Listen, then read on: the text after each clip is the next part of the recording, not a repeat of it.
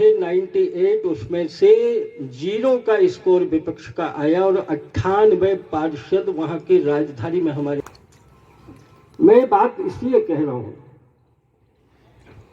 कि अभी सब दूर हरा हरा दिख रहा है हमको। जहां मोदी जी के कदम पड़ जाए वहां विजय चूम लेते हैं। केरल में भी लड़ने जाते हैं तो आजकल तो लोग ये कहने लगे हैं कि केरल हम क्यों नहीं जीत पा रहे।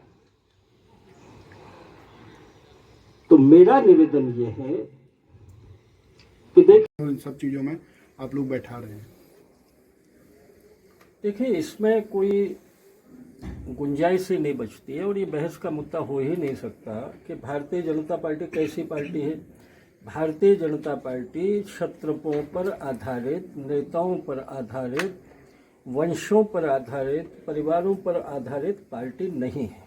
ये काम दूसरे लोग कर रहे हैं देश में। ये कार्यकर्ता आधारित पार्टी है और इसलिए जो हमारे नए मित्र भी आए हैं, जो नेता आए हैं बड़े भी, वो ये सब सोच समझ कर आए हैं कि हम किस तरह के दल में जा रहे हैं, भारतीय जनता पार्टी की कार्य संस्कृति कैसी है। हमारे 2 ही शक्ति के आधार हैं। पहला, हम विचारधारा के उपासक हैं और दूसरी बात ये कि हम नेताओं पर आधारित नहीं है। यहाँ सबसे बड़ा पद और सबसे छोटी इकाई का नाम कार्यकर्ता है। ये वर्ग होते हैं। इस समय मध्य प्रदेश में 3 दिवसीय आवासीय प्रशिक्षण वर्ग हमने शुरू किए हैं जिलों के, और उसका एक बड़ा उद्देश्य ये है कि कार्यकर्ता एक साथ रहें, क्योंकि भारतीय जनता पार्टी के बारे में मान्यता ये है कि दूसरी पार्टियां परिवार की पार्टी हैं, लेकिन भारतीय जनता पार्टी पारिवारिक पार्टी है।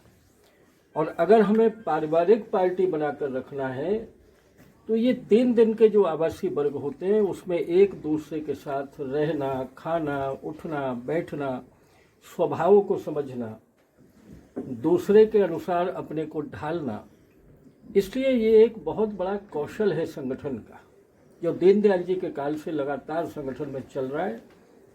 इसलिए चुनावों का इससे संबंध नहीं होता है। हम तो ऐसी पार्टी हैं जो 365 दिन तैयार हैं चुनावों के लिए।